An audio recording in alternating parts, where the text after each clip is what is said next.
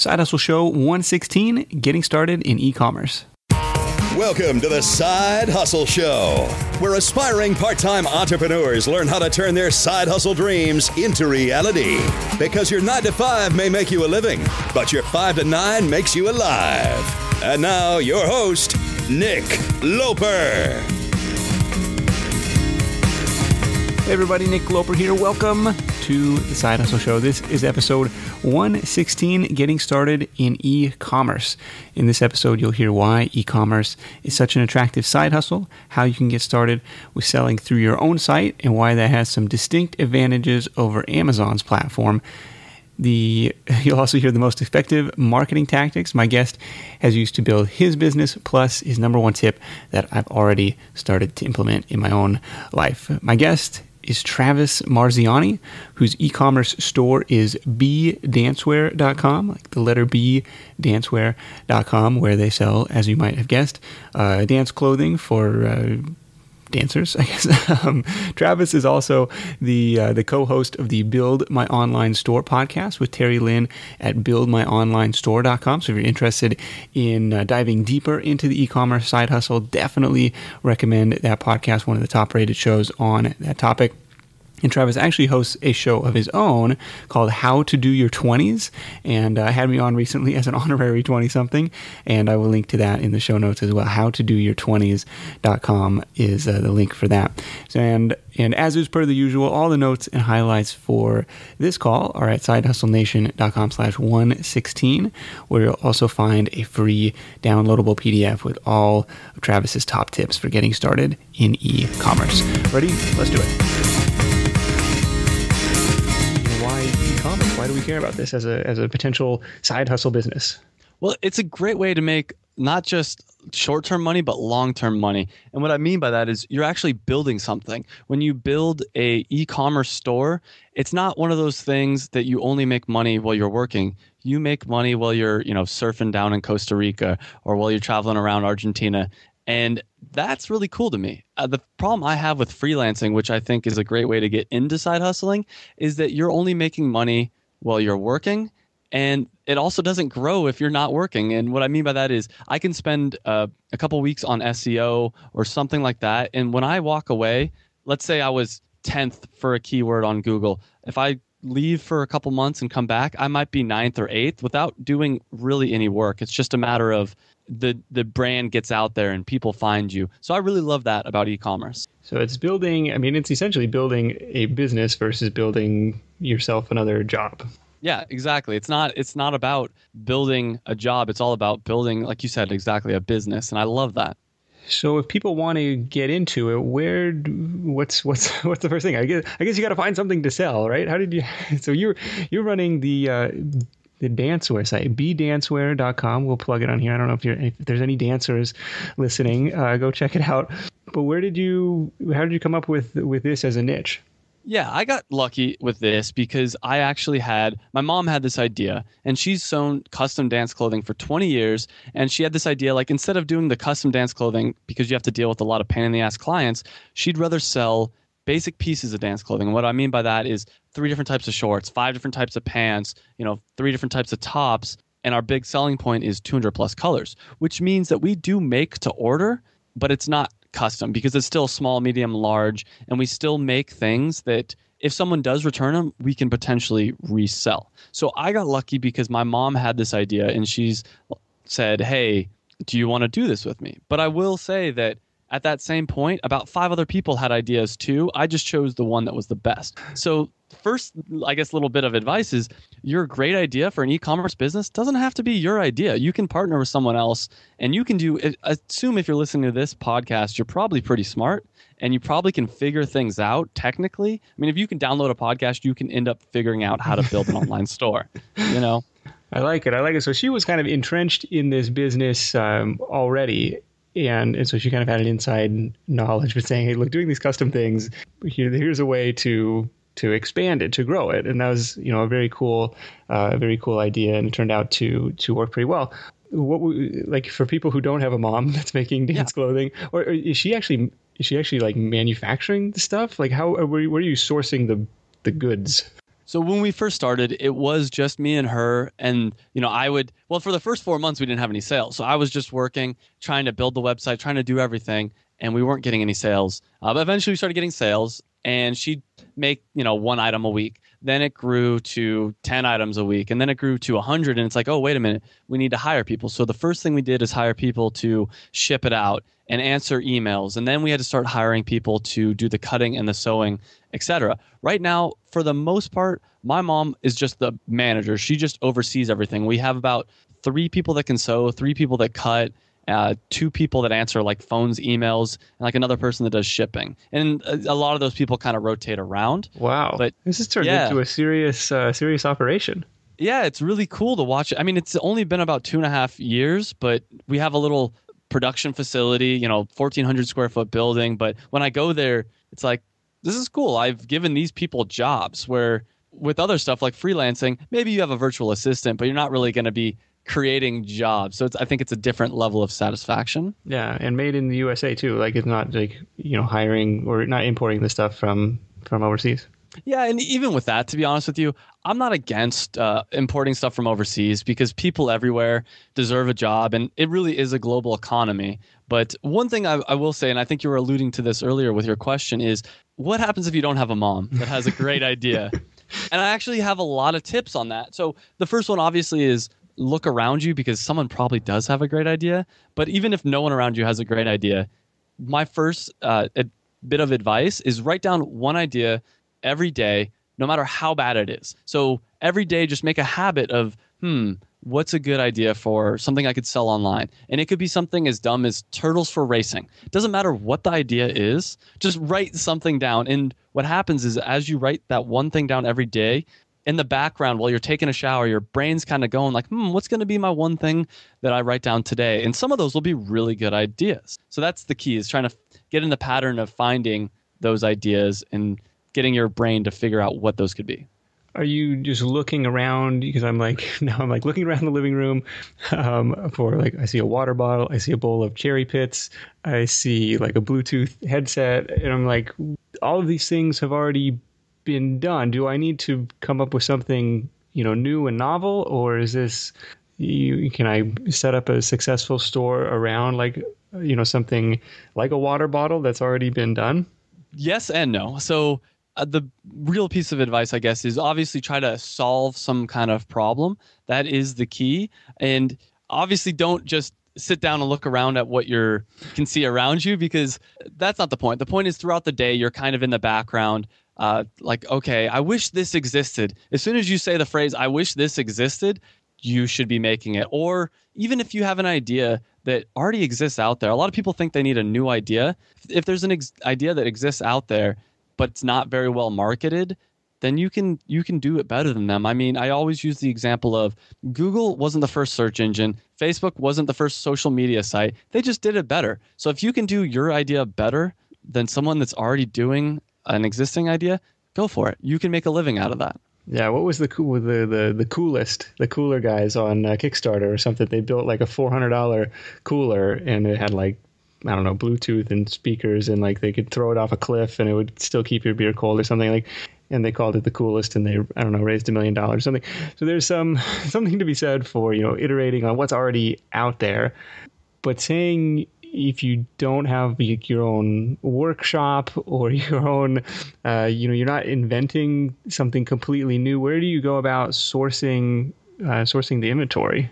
I mean, a great first way to start, you can go on like Alibaba or AliExpress if you want to just get into it. And there's obviously different levels of figuring that out. You can go to China and strike up deals with manufacturers.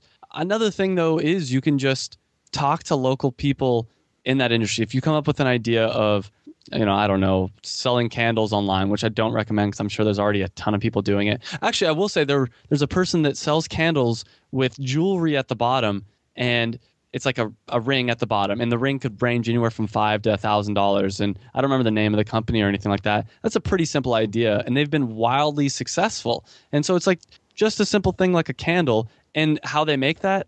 I'm sure at first, the margins probably aren't great. They probably go to some friend in the candle industry or something like that and say, hey, can you make this for me? But as you grow, then you can start to outsource it from China. So don't be afraid to have small margins at first. They will grow over time. What's your take on drop shipping? I don't do it, and the reason is I want to own a brand, but it's a great, easy way to get started. And the good thing about drop shipping is you don't need to put a lot of money up front. As you get more involved, you can buy the products in bulk, hold them, and send them out. But I don't have a lot of experience with drop shipping, but it seems like it'd be fairly easy, but not quite as interesting to me because it's not building a real brand. If that makes sense. Yeah, drop shipping seems difficult to me because if everyone has access to the same manufacturers, the same inventory sources, like what are you doing to differentiate yourself? And it just kind of, I feel like how it can deteriorate to a pretty quick race to the bottom on price if you have no other points of differentiation. Yeah, I agree. Both the drop shipping and selling things on Amazon. Right now, selling things on Amazon is extremely popular. You'll buy from the manufacturer, a bunch of hoodies or something like that and sell them on Amazon. And I think that that's not going to last forever because eventually the manufacturer is going to realize it's not that hard to sell things on Amazon. And same thing, the manufacturer is going to realize it's not that hard to do drop shipping yourself properly. There's this weird area right now where technology is scary and most manufacturers don't know how to really create a good e-commerce store. So there is that opportunity. But like you said, what's to stop someone else from doing exactly what you're doing? Not a lot. Yeah, what was the one I saw? I saw two things this week. One was a friend of mine posted a picture of himself, Brad, with like these like Geordie LaForge style like sunglasses, just like a mono sunglass. I was like, dude, that is sweet looking. And then I saw somebody else post a picture of like a Chewbacca hoodie, and so it was just like all furry and had his little like whatever, like his clip or his like little ammunition or whatever he carries on his chest. And I was like, dude, that's like these dumb things. Like, why didn't I think of that? That's always what I think of when I see these things. But how to be the guy who thinks of them before anybody else, or who can market them better, I guess. Yeah, absolutely. And two other things I will say is try to niche down. Everyone says that, but it's so true. You're not going to be the next Walmart unless you inherit $1 billion fortune and you can afford that kind of thing. And try to be premium. If you can be a premium brand, there's a lot of room to play. There's a higher profit margins. You can do more interesting things. You don't want to be the low cost provider of something because you can't do it unless you have the budget to, build 1 million of these things at once, if that makes sense. Build some margin into it because that's how you're gonna be able to grow.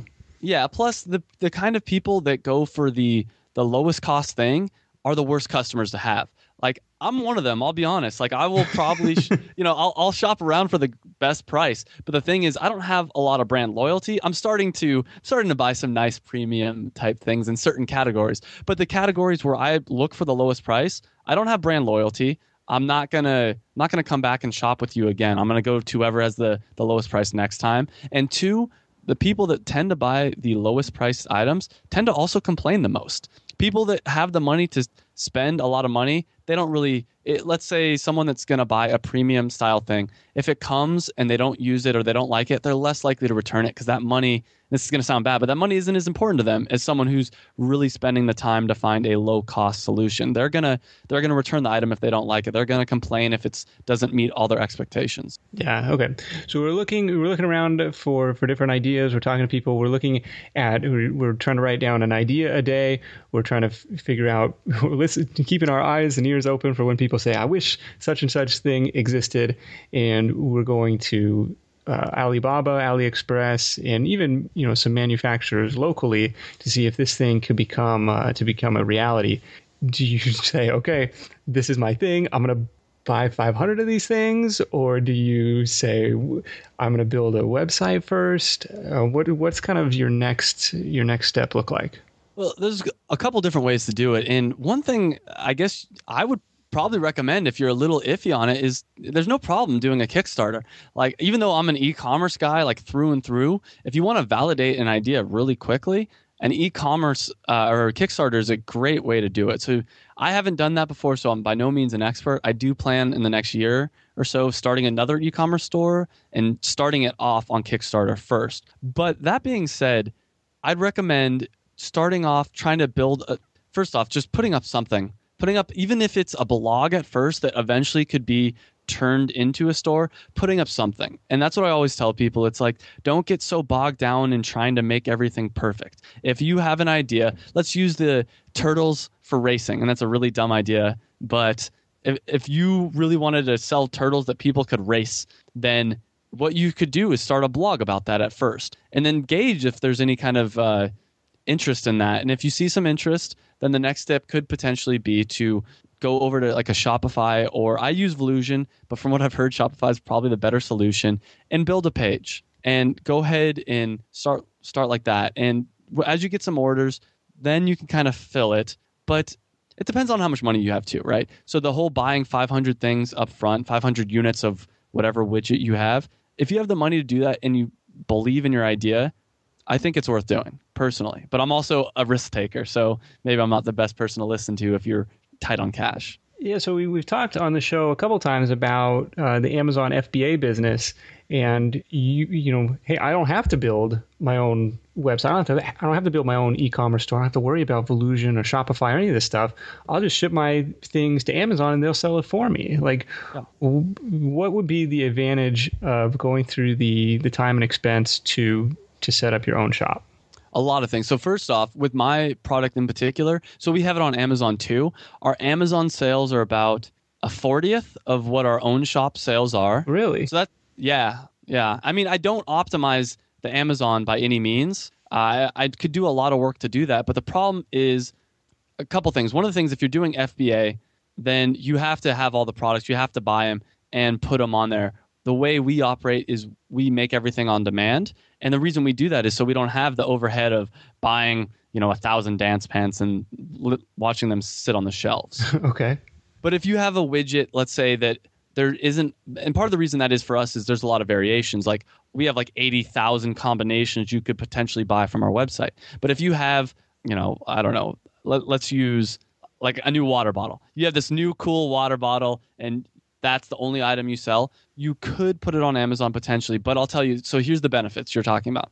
If you have your own e-commerce store, one, you don't get charged that 20% like you do on Amazon. So that's big. I mean, you're getting an extra 20% profit to your business just by having it on your site. Okay. Two, you get the emails. And having emails is a great advantage because you can do a lot of really cool remarketing things. And actually, by having your own site, you can do traffic like remarketing. So you can put a little, it's called like a pixel, like a little thing on your website that tags people. So when they come to your site, and everyone that's ever been on the internet's seen these, like as soon as you go to some, random e-commerce store, and as you're browsing around, that ad haunts you. The reason it haunts you is because it's very effective. So, you go to, nixwaterbottles.com, and everywhere you go, Nix Water Bottles is following you around. And it's like, why does this keep following me? The reason is because they're paying to show that ad to you because you showed interest by going to their site. So a big benefit about having your own site is that too. But most importantly, you own it. You want to be able to own your own platform. If Amazon decides tomorrow, we don't like Nix water bottles for whatever reason, and they can have any reason they want, they can ban you. They can say, oh, you took too long to respond to these people's messages, or oh, we've gotten too many complaints about you, or really any reason they want. And I've had friends that have been banned from Amazon for stupid reasons. You don't own that platform. It's not yours. When you have an e-commerce store, you own that name, you own that brand, and anything short of a worldwide internet catastrophe, your site's going to be up. I mean, even if you're with Shopify and Shopify decides they go out of business, you can easily move over to a Volusion or a BigCommerce type thing. So you own it. That's your property. Amazon, you're kind of like renting, and if they want to kick you out, they will. Yeah, you have a little bit more control. I like the idea of obviously getting customers' emails and avoiding the seller fees. So it's your own. You just in control of your own destiny there a little bit more. Talk to me about the fulfillment side, because that was one of the biggest perks or perceived benefits to Amazon. It's like, look, somebody orders it, it's hands off. I don't have to touch it now. With yours, since it's kind of custom made or it's on demand, you've got to manufacture the thing and then ship it out. But if you just had inventory sitting in your garage, you're still going to be responsible for shipping it out. So what's the fulfillment side look like for you guys? Well, for us, we do. We manufacture everything. We ship it out just because it's easier, and we have so many combinations. But if you only have, 3 to 5 widgets, first off, actually, let me back up. If you only have, when you're first starting out, it's not that big of a deal to ship things out yourself. Maybe you'll ship out 1 package a day, 2 packages a day. It's probably not that big of a deal. But if you wanted to, right off the bat, there's fulfillment places, companies that their only job is you send them products, they ship it out for you. They basically are hooked into your website. So every time you get a sale, they get all the data. And I have a friend that he does not a lot of business. He does about $1,000 a month in revenue. And he's in Saigon. So he does exactly that. He sells wallets. He sells all his wallets online and only in the US. They're in a building, somewhere probably in Nevada. I'm not sure exactly where, but they're all in a building in Nevada. He doesn't touch it. Once the sale's made, it's all taken care of for him. So you can do exactly the same thing using an e-commerce store as you can with Fulfilled by Amazon. Okay. Any recommended fulfillment centers, or just, Google something that's nearby you? Google something that's nearby you. It depends probably on what you're selling to. I've never researched this because the way our business works, it wouldn't make a lot of sense. But Google something and compare prices, because I think some for smaller items work better and others for bigger items work better. And it depends on the volume you do and all that kind of stuff. Okay. All right, so we talked about some of the benefits of setting up your own site versus selling on Amazon. But one of the biggest benefits of Amazon is the built-in marketplace of eyeballs. So talk to me about some of the effective marketing hacks or marketing channels that you guys are using to drive traffic, or that you've seen other people use to drive traffic and sales. Well, and that's actually kind of brings back another benefit of having your own platform versus using Amazon, and that is paid ads. If you have paid ads going to Amazon, it can actually hurt your account, because the way that Amazon ranks where you end up in the search results partially is based on what percentage of people buy something. So if you're sending 1,000 people a day and only one of them are actually buying it, they'll lower the result of your product on the search, because they're like, people don't really like this. But with your own site, you're more likely to get a lot of success by using paid ads. So paid ads is the first thing I recommend if you're a serious e-commerce person. And even if you're not, maybe just do $1 to $5 a day in paid ads. And those are things like AdWords. And AdWords are those ads when you Google, let's say you were to Google, water bottles. The ads that are on the top that say advertisement, and I think they used to be in a different color, but Google keeps changing it. Those are ads that people pay for, and the way that they pay for them is based on what keywords you type in. And the keywords are just the words you type in. So if you type in water bottles, and I own Nick's water bottles, then I would put an ad patent pending. Yeah.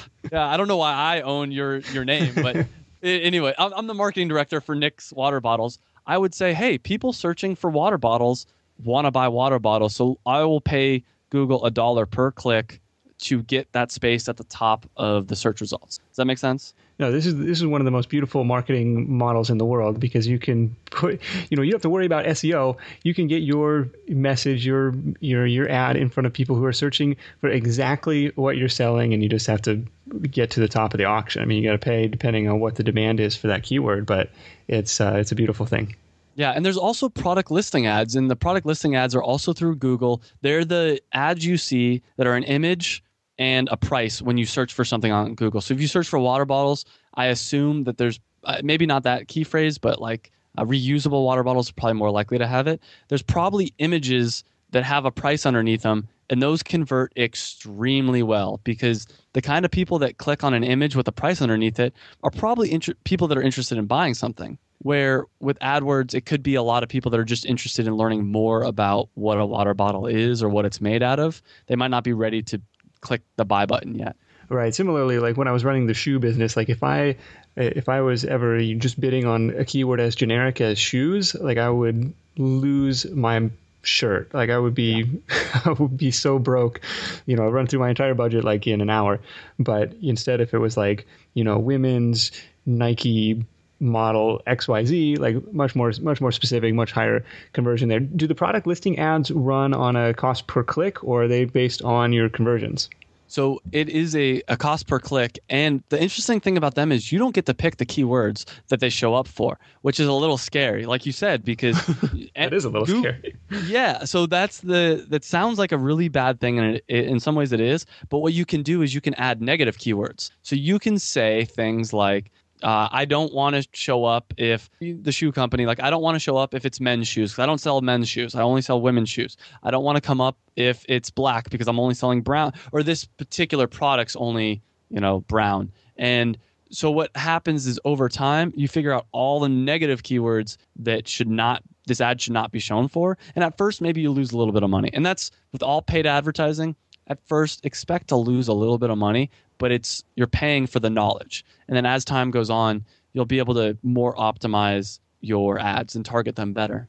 How about some non-paid options? Yeah. Well, SEO is the classic one. Search engine optimization, getting your site higher up on Google. Everyone wants to be number one, which is, of course, the goal.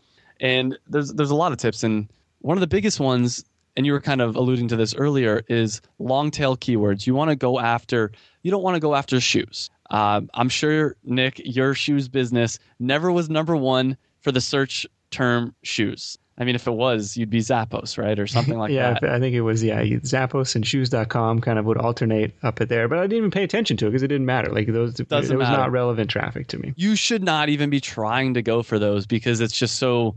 The chance is so minuscule. What you should be going is exactly like you said, like women's brown shoes, size 10, with some kind of brand added in there. And you really want to hit those hard. That's the key. The key is trying to figure out what long keywords, and maybe only 10 people a month search for that. But when they search for that, they're really likely to buy. And that's what you want to go after. And there's probably not a lot of competition. And you're doing some interesting stuff on the content marketing side by doing some outreach to other influential people in this space. You want to talk about that for a sec?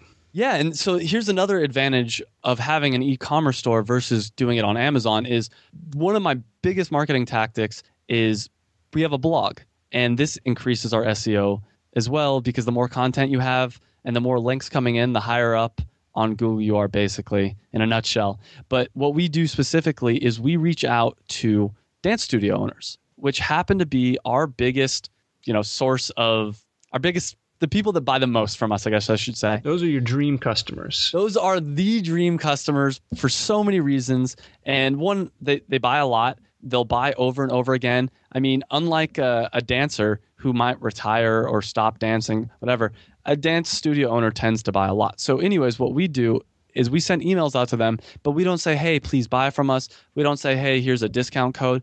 We say is, we'd like to interview you for our blog. Oh, it's genius. Yeah, and they are so flattered. They love it. Every time I send out an email like that, they're like, oh my God, thank you so much. Like, I can't believe you picked me. And so what do? The first thing they do is they come to our site to see who we are and find out a little bit more about us. Well, in the process, they're finding out about our products, which is obviously amazing. And the next step is obviously we interview them and we put the article up. So once we put the article up, they tell everybody about it. I mean, imagine if you were interviewed for a magazine or a newspaper or a blog, you'd want to tell all your friends about it. And specifically with the dance studio owners, they tell all their students about it. So now, not only is the dance studio owner coming back to read the article, all her dance students and dance moms and everyone are coming to our website and they're searching around. And in the process, they're going to find out about our products. And then, if it's a match, great. That's the goal. I hope that it's something that they're interested in. And if it's not, a lot of times, there's another benefit. A lot of times that dance studio owner will put a link from her site to our site, and that tells Google, hey, this website's pretty relevant to dance. You should probably rank it pretty high up there. So I've found a lot of success with that method. Yeah, that's awesome. That's awesome. Next up is the Dance Studio Owner Podcast. I've actually thought a lot about that, but dance studio owners don't listen to podcasts. I've found, like, unanimously. A lot of people are like, what's a podcast, when I talk to them about it? Well, fair enough. We'll scratch that one. But no, that's a really cool idea. I definitely like that. And that could work for any number of industries. People always like, hey, somebody thinks I'm worthy of an interview. Like, it's a very flattering thing. And then, of course, like, they're more likely to share it. And, it's very good ego bait, I guess. Yeah. Actually, another thing I'll add in, one of the most successful we wrote an article that was the top 50 dance studios in the United States. And I was like, I'll see how this does. It drove about between 30 and 50,000 people to our website. Whoa. Because, yeah, I mean, and you can't do that on Amazon. I mean, there's no way to drive 30 to 50,000 people to your Amazon landing page without spending a lot of money or doing something really crazy. But that didn't take a ton of work to do. And it went viral because what happened is everyone's so proud of the fact that they're on this list that they tweeted it out. And then all the students tweeted it out or shared it on Facebook or whatever. And that's another tactic I recommend trying out, is to highlight your customers, because you got to really think, what do my customers want? And when you figure out what your customers want and you give it to them, they'll be happy to help you out as well. No, that's great. Those are great tips. Thanks, Travis. You think this is a viable side hustle? I mean, you kind of alluded to it before on surfing in Costa Rica and hanging out in South America, but it still seems like a little bit of a speculative thing. You got to source the inventory, you got to set up the shop, you got to do all this marketing, all before getting paid, versus like, hey, I could go sell some service, and maybe it's not as scalable, but I don't know. Like, if you have an hour a day to work on this stuff, how do you spend your time? I guess the question is, do you want the quick money or do you want the long-term big money? And if you want, and there's nothing wrong with that. If you want quick money, which you probably, if you need to, if you're short on rent and stuff like that every month, yeah, do the freelancing. This isn't probably for you. But if you're looking to grow $1 million business, I don't think that's is easy doing the freelancing and things like that. So to answer your question, I like this because I like doing a lot of the work up front, and I'm okay waiting to see the results. But that's not everybody, and there's no problem with it not being everybody. So for me, it was this idea. I like working towards a dream. So I was sitting there working, and I even said it, like for the first 4 months, I was working pretty hard, 0 sales. But I knew that eventually I'd be able to go down, surf in Costa Rica for a couple weeks while still getting paid, travel around Argentina. Very cool. Travis, thank you so much for joining me. Everyone check him out at bdanceware.com, the letter B, then danceware.com, and the is it Build My Online Store or Build Your Online Store? Build My Online Store podcast, yeah. Build My Online Store podcast, and we'll wrap things up with your number one tip for Side Hustle Nation. My number one tip is just do something small. A lot of people get so hung up on this that what I tell people is, all right, you don't have an idea, write one idea down a day. Don't say, oh, I'm going to spend an entire day researching the perfect e-commerce company. No. Just write one idea down a day. And then once you have that idea, don't try to spend an entire day or spend a few hours building out this perfect website. Just buy a domain name. And once you've done that, the next step, just take those little baby steps every day, because that's where real results lie. Don't overcomplicate things for yourself. Take those little baby steps every day. I like you, man. Thanks so much. We'll talk to you soon. Sounds good. Bye. There it is. I think you can come up with one idea a day. Now, since talking with Travis, I've been taking this on as my personal homework assignment, my personal challenge, and it's honestly, it's been kind of fun. So whether that is a product idea like he specifically talked about, or a blog post idea, which it is, maybe more commonly in my case, I'm writing them all down in a Google Docs sheet when I'm at my computer, or I'm putting them in the Notes app on my phone when I'm away from my desk. And over time, I can already see what's building is I'm creating this database of content and product ideas to flesh out further, and will never really ever again be at a shortage of next steps. When you're sitting down and you don't know what to work on, like there's a massive list accumulating of potential ideas and fun projects to tackle, whether that's posts or product ideas to research. And it's really, once you kind of get going on this, and I should, for full disclosure, some days it's 5 ideas and the next day it's 0, but it's a pretty easy way to get started. And I think it's a valuable exercise to stretch your creative muscles and kind of exercise your entrepreneurial mind each day.